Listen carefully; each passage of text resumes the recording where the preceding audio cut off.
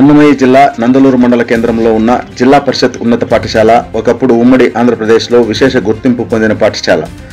ఈ పాఠశాల నుండి అనేక మంది ఐఏఎస్లు, ఐపీఎస్లు వంటి ఉన్నతాధికారులుగా ఎదిగి రాష్ట్రానికి సేవలందించారు.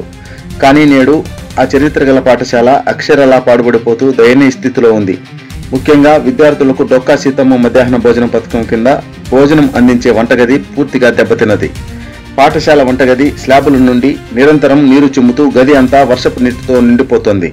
పాడైపోయిన గోడలు, జంగు పట్టిన ఇనుప టేబుళ్లు, వంట పాత్రలు ఉంచే స్థలం లేకుండా ఉండడంతో అక్కడ పనిచేసే సిబ్బంది కూడా ఇబ్బందులు పడుతున్నారు. ఎప్పుడైనా స్లాబ్ కూలిపోవచ్చుననే భయం విద్యార్థులు, ఉపాధ్యాయులు, వంట సిబ్బందిలో నెలకొంది.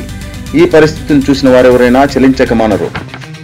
గత వైఎస్ఆర్సీపీ ప్రభుత్వం నాడు నేడు పేరుతో పాఠశాలలను అభివృద్ధి చేశామని ప్రచారం చేసినప్పటికీ నందలూరు జిల్లా పరిషత్ హైస్కూల్ మాత్రం ఆ అభివృద్ధి జాబితాలో చోటు దక్కించుకోలేదని, ఎన్నిసార్లు స్థానికులు, విద్యార్థులు, తల్లిదండ్రులు ఈ సమస్యలపై విన్నవించినా స్పందన రాలేదని, ఒకప్పుడు రాష్ట్రానికి ఆదర్శంగా నిలిచిన పాఠశాల ఇప్పుడు నిర్లక్ష్యానికి గురై చరిత్రలో మరుగున పడిపోయిందని ఇప్పుడు ఎన్డీఏ కూటమి నాయకులు, ముఖ్యంగా విద్యాశాఖ మంత్రి నారా లోకేష్ ఈ సమస్యపై తక్షణ చర్యలు తీసుకోవాలని ప్రజలు కోరుతున్నారు.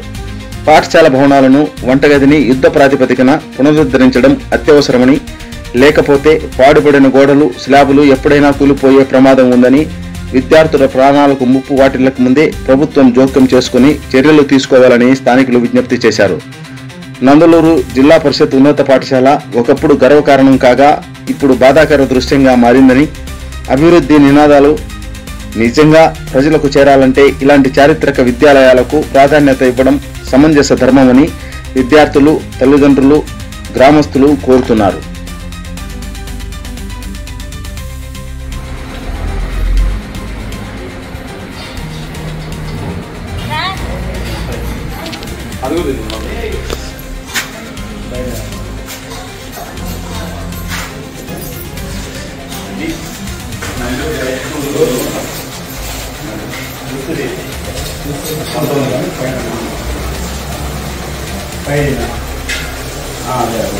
మొత్తము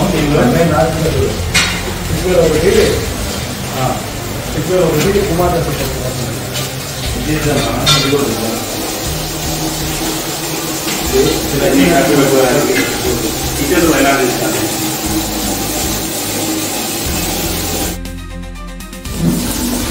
మేడం